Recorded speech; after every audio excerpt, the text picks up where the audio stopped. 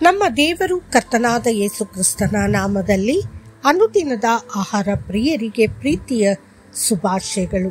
2025 March ತಿಂಗಳ 29ನೇ ತಾರೀಕಿನ ಶನಿವಾರದ ದೇವರ ವಾಕ್ಯವು, ಕರ್ತನ ಜನರೇ, ನಾನು ನನ್ನ ಪ್ರಿಯನವಳು ಮತ್ತು ನನ್ನ ಪ್ರಿಯನು ನನ್ನವನು.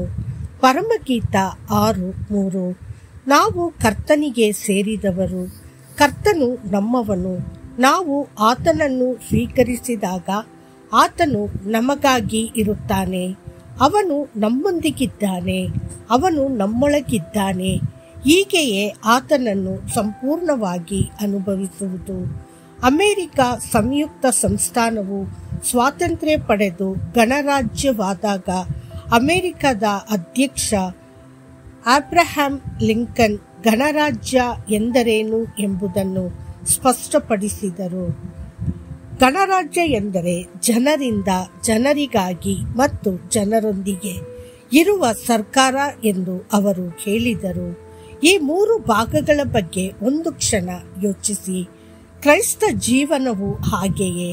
ಕರ್ತನು ನಮ್ಮ ಪರ, ಅವನು ನಮ್ಮೊಂದಿಗಿದ್ದಾನೆ, ಅವನು ನಮ್ಮೊಳಗಿದ್ದಾನೆ. ಮೊದಲನೆಯದಾಗಿ, ದೇವರು ನಮಗಾಗಿ ಇದ್ದಾನೆ ಎಂದು ನಾವು ಸತ್ಯವೇದದಲ್ಲಿ ಓದುತ್ತೇವೆ. ದೇವರು ನಮ್ಮ ಪರವಾಗಿದ್ದರೆ ನಮ್ಮ ವಿರುದ್ಧ ಯಾರು ಇದ್ದಾರೆ? ರೋಮಾಪುರದವರಿಗೆ 8:31. ತಂದೆಯಾದ ದೇವರನ್ನು ನೋಡಿ, ಅವನು ನಮಗಾಗಿ ಬೇಡಿಕೊಳ್ಳುತ್ತಾನೆ, ಅವನು ನಮಗಾಗಿ ಹೋರಾಡುತ್ತಾನೆ, ಅವನು ನಮಗಾಗಿ ಎಲ್ಲವನ್ನೂ ಸಾಧಿಸುತ್ತಾನೆ. ಎರಡನೆಯದಾಗಿ, ದೇವರು ನಮ್ಮೊಂದಿಗಿದ್ದಾನೆ, ಅವನು ಇಮ್ಯಾನ್ಯುಯೆಲ್. ಇಮ್ಯಾನ್ಯುಯೆಲ್ ಎಂದರೆ ದೇವರು ನಮ್ಮೊಂದಿಗಿದ್ದಾನೆ ಎಂದರ್ಥ. ಆತನು ಎಂದಿಗೂ ನಮ್ಮನ್ನು ಕೈಬಿಡುವುದಿಲ್ಲ, ತೊರೆಯುವುದಿಲ್ಲ. ಯೆಹೋಶುವನಿಗೆ 1:5. ಮಗನಾದ ಯೇಸುಕ್ರಿಸ್ತನು ಯುಗದ ಅಂತ್ಯದವರೆಗೂ ನಮ್ಮೊಂದಿಗೆ ಸದಾ ಇರುತ್ತಾನೆ ಎಂದು ನಮಗೆ ವಾಗ್ದಾನ ಮಾಡಿದ್ದಾನೆ. ಮತ್ತಾಯ 28:20.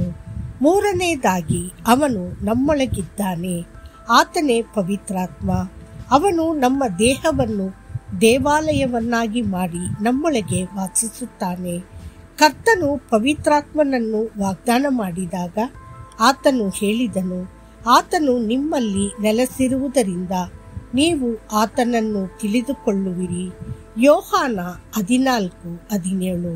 ನಿಮ್ಮ ದೇಹವು ನಿಮ್ಮೊಳಗೆ ನೆಲೆಸಿರುವ ಪವಿತ್ರಾತ್ಮನ ದೇವಾಲಯವಾಗಿದೆ. ನೀವು ದೇವರಿಂದ ಪಡೆದಿದ್ದೀರಿ ಮತ್ತು ನೀವು ನಿಮ್ಮವರಲ್ಲ ಎಂದು ನಿಮಗೆ ತಿಳಿದಿಲ್ಲವೇ? 1 ಕೊರಿಂಥದವರಿಗೆ 6:19. ದೇವರು ತಂದೆಯ ಸ್ವರ್ಗದಲ್ಲಿ ವಾಸಿಸುತ್ತಿದ್ದರು, ಆತನು ನಮಗಾಗಿ ಇದ್ದಾನೆ. ಮಗನಾದ ಯೇಸು ನಮ್ಮೊಂದಿಗಿದ್ದಾನೆ, ಪವಿತ್ರಾತ್ಮ ನಮ್ಮೊಳಗಿದ್ದಾನೆ. ಆದ್ದರಿಂದ ಯೇಸುಕ್ರಿಸ್ತನ ಆಗಮನದ ಸಮಯದಲ್ಲಿ ನಮ್ಮ ಇಡೀ ಆತ್ಮ, ಪ್ರಾಣ ಮತ್ತು ದೇಹವು ಪವಿತ್ರವಾಗಿರಲಿ. ನಮ್ಮ ದೇವರು ಪರಿಶುದ್ಧನು. ನಾನು ಪರಿಶುದ್ಧನಾಗಿರುವಂತೆಯೇ ನೀವು ಪರಿಶುದ್ಧರಾಗಿರಿ ಎಂದು ಆತನು ಆಜ್ಞಾಪಿಸಿದ್ದಾನೆ. ದೇವರ ಮಕ್ಕಳೇ, ಪವಿತ್ರವಾದ ದೇವರನ್ನು ಪ್ರತಿಪಾದಿಸಿ ಮತ್ತು ನಾನು ಅವನವನು ಮತ್ತು ಅವನು ನನ್ನವನು ಎಂದು ಹೇಳಿರಿ. ನಿಮ್ಮ ಆತ್ಮ, ಪ್ರಾಣ ಮತ್ತು ದೇಹವು ಎಲ್ಲವೂ ಅವನದಾಗಲಿ. ನಿಮ್ಮ ಆಲೋಚನೆಗಳು, ಮಾರ್ಗಗಳು ಆತನಿಂದ ಮಾರ್ಗದರ್ಶಿಸಲ್ಪಡಲಿ. ನಿಮ್ಮ ಮಾತುಗಳು ಮತ್ತು ಕಾರ್ಯಗಳು ಆತನಿಗೆ ಮೆಚ್ಚುಗೆಯಾಗಿರಲಿ. ಮತ್ತಷ್ಟು ಹೆಚ್ಚಿನ ಧ್ಯಾನಕ್ಕಾಗಿ ನೀವು ನನ್ನಲ್ಲಿಯೂ ನನ್ನ ವಾಕ್ಯಗಳು ನಿಮ್ಮಲ್ಲಿಯೂ ನೆಲೆಗೊಂಡಿದ್ದರೆ ನೀವು ಏನು ಬೇಕಾದರೂ ಬೇಡಿಕೊಳ್ಳಿ, ಅದು ನಿಮಗೆ ದೊರೆಯುವುದು. ಯೋಹಾನ 15:7. ಕರ್ತನು ನಿಮ್ಮನ್ನು ಆಶೀರ್ವದಿಸಲಿ. ಆಮೇನ್.